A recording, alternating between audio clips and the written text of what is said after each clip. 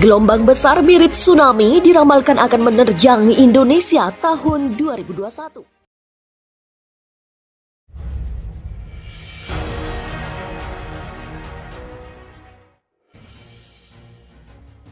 Datangnya bencana merupakan rahasia ilahi yang semua orang tidak mengetahui kapan terjadinya. Namun dengan perkembangan ilmu pengetahuan, manusia dapat melihat tanda-tanda akan datangnya suatu bencana alam secara ilmiah maupun secara batiniah. Untuk masalah bencana alam, Indonesia merupakan langganan beberapa bencana alam layaknya gempa bumi, tsunami, banjir, dan tanah longsor.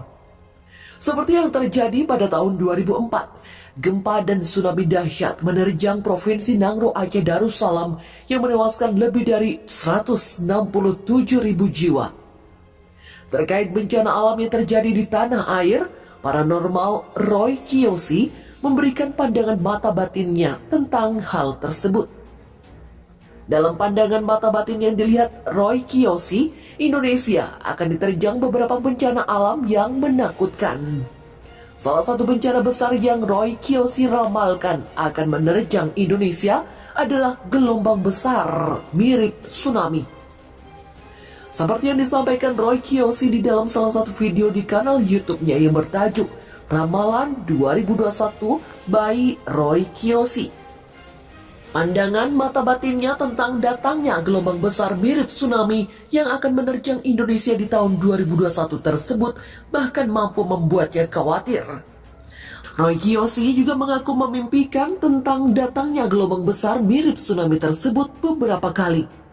Dia mengaku setiap memimpikan tentang datangnya gelombang besar tersebut selalu terbangun dalam kondisi yang ngos-ngosan. Dia menjelaskan lebih spesifik tentang gelombang besar mirip tsunami tersebut dengan menyebut berupa air besar dan lumpur yang pekat. Tak hanya sampai di situ, Roy Kiyoshi bahkan menjelaskan ketinggian gelombang yang sangat tinggi dan suara minta tolong. Meskipun ramalan dan pandangan mata batin Roy Kiyoshi tersebut belum tentu terjadi, namun sebagian warga masyarakat yang tinggal di Indonesia sudah sepatutnya untuk terus waspada akan datangnya bencana alam dalam bentuk apapun. Ingatkan masyarakat Indonesia untuk waspada, pria Indigo ini terawang soal bencana alam yang dalam waktu dekat akan terjadi. Dia mengaku melihat air yang sangat besar. Baru-baru ini, Roy Kiyoshi kembali menerawang soal masa depan. Pria Indigo ini memang dikenal sebagai salah satu paranormal yang sering menerawang terkait bencana alam hingga nasib para public figure Indonesia. Roy Kiyoshi biasanya akan menerawang yang akan terjadi selama 1 tahun ke depan. Beberapa waktu lalu, Roy Kiyoshi kembali meramal tentang masa depan saat dihipnotis oleh Uya Kuya. Dilansir dari greathot.id melalui kanal YouTube Uya Kuya TV, Roy Kiyoshi mulanya ditanya banyak hal oleh Uya Kuya.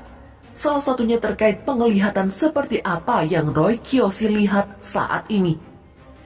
Tak disangka, Roy langsung membongkar terawangan soal bencana alam yang bisa menerjang Indonesia. Katanya, ia melihat adanya gelombang tinggi yang menerjang. Tidak hanya soal bencana alam, Roy Kiyoshi juga menjabarkan terkait terawangan soal nasib selebriti. Katanya akan ada perceraian artis yang tidak disangka-sangka. Menurutnya pasangan tersebut terlihat harmonis, namun mendadak mengumumkan kabar kandasnya rumah tangga mereka. Roy juga menyinggung soal masih banyak artis yang terlibat narkoba hingga masuk bui. Artis tersebut terseret dalam dunia kelam dan dipenjara. Di sini sosoknya orang yang sangat baik, tetapi di luar dugaan dia terlibat narkoba. Uya Kuya penasaran dengan artis yang dimaksud. Roy pun menyebutkan nama artis yang dikenal baik namun terlibat narkoba. Namun oleh tim YouTube Uya Kuya, nama tersebut disensor. Mendengar nama artis yang dimaksud oleh Roy Kiyoshi, Uya Kuya terkejut. Sementara itu, cerita tsunami 13 meter di Banyuwangi pada tahun 1994 yang menelan 200 korban jiwa. 2 Juni pada 27 tahun yang lalu atau 1994, gempa bumi yang disusul tsunami setinggi 13 meter menghantam pesisir selatan Kabupaten Banyuwangi, Jawa Timur. Peristiwa tersebut hampir menewaskan sekitar 200 lebih warga di pesisir selatan Banyuwangi. Kepala Pelaksana BPBD Kabupaten Banyuwangi, Abdul Qadir, mengaku tak akan pernah melupakan peristiwa kelam itu. Saat itu, usianya masih 29 tahun dan sedang menjabat sebagai Kepala Desa Sarongan, Kecamatan Pesanggaran. Desa Sarongan kala itu menjadi salah satu wilayah yang terdampak tsunami. Hampir 33 warga desa ditemukan meninggal dunia dan puluhan orang hilang saat bencana menerjang. Pada saat kejadian, Qadir mengaku masih terjaga di rumahnya yang berjarak 3 km dari pantai. Sekitar pukul 1 dini hari, seorang warganya bernama Sujai mengetuk pintunya berulang kali. Sambil menangis, Sujai melaporkan bahwa wilayah pesisir Desa Sarongan atau area pantai Rajakwesi diterjang banjir dan merobohkan pohon-pohon. Saat itu, Sujai hendak ke area pantai Rajakwesi dengan mengendarai pick-up. Namun, saat mau masuk, ia melihat jalanan hancur, pohon tumbang, dan ada gelombang besar. Sujai lalu memutar balik mobilnya dan menuju ke rumah kepala desa untuk melapor. Awalnya, Qadir tak begitu saja percaya karena saat itu sedang musim kemarau, tidak ada hujan. Ia juga heran bagaimana mungkin area pantai bisa terjadi banjir tinggi hampir setinggi pohon kelapa. Hampir 30 menit ia berpikir bagaimana mungkin bisa ada banjir di musim kemarau.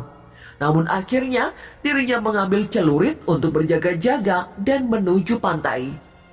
Sekitar pukul 1 dini hari lebih 10 menit waktu Indonesia Barat, ia menuju ke area pantai Rajakwesi bersama salah satu stafnya bernama Gunoto mengendarai sepeda motor. Dan benar saja, semakin mendekat ke pantai, ia melihat banyak pohon tumbang terseret air. Tanpa pikir panjang, ia menuju ke area pantai dan menyalakan lampu senter ke pemukiman penduduk yang sudah rata dengan tanah. Saat itu, ada 200 kepala keluarga yang tinggal di pemukiman pinggir pantai. Melihat ada lampu, sejumlah warga terdengar berteriak minta tolong. Qadir bersama temannya kemudian mendekat ke pantai untuk melakukan penyisiran. Ia kemudian mengarahkan lampunya ke area laut. Saat itu ia melihat gelombang besar dari kejauhan. Pihaknya lari sekencang-kencangnya menjauhi pantai. Saat itu ia diterjang gelombang setinggi dada. Ia selamat dan pergi ke masjid untuk melihat warga yang mengungsi. Di masjid, semua warga selamat berkumpul dan terjadi kepanikan yang luar biasa. Dalam kegelapan malam, warga kebingungan mencari keluarganya dan masih tak tahu bencana apa yang menerjang desanya. Saat itu, taunya adalah banjir segoro atau laut. Belum tahu ada istilah tsunami. Semua panik malam sampai pagi. Yang selamat mencari keluarganya ke sana kemari. Qadir memutuskan penyisiran dilakukan pagi harinya karena takut ada gelombang susulan. Sebab dari laporan warga, gelombang tinggi yang menerjang pantai tak hanya sekali, namun berulang kali dengan ketinggian yang berbeda-beda. Sementara pada pagi harinya, Qadir menuju pantai dan melihat pemukiman warga hancur. Kemudian dilakukan penyelamatan warga yang terjebak hingga terjepit di antara bangunan di rumahnya. Kemudian mengumpulkan korban dan ditemukan sekitar 33 mayat warga. Untuk memakamkan para korban itu memakan waktu hingga 2 hari. Sebab saat itu bantuan belum datang dan banyak warga masih kebingungan mencari keluarganya masing-masing. Baru setelah bantuan TNI Polri tiba, mayat-mayat tersebut bisa dimakamkan. Qadir mengenang saat itu manajemen bencana di Indonesia belum ada. Komunikasi ke pemerintahan juga baru bisa dilakukan beberapa jam setelah kejadian. Bantuan pun tak langsung datang pada saat itu.